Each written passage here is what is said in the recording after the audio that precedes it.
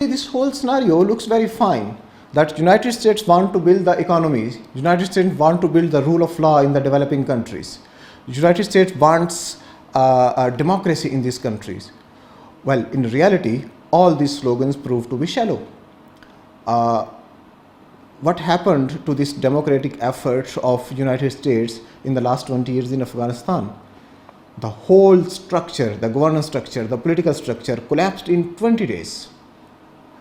The whole fall of Kabul thing is quite a lesson for the world. And then there is an article by Francis Fukuyama, who said that why does the America creates failed democracies? Why does America creates failed states?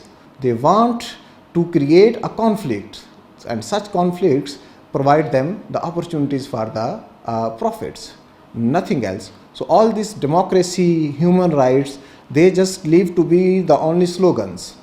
It doesn't go beyond that. That is a sad reality. This addiction of United States with waging war in other countries has created many problems for their internal affairs, in terms of their society, in terms of their economy.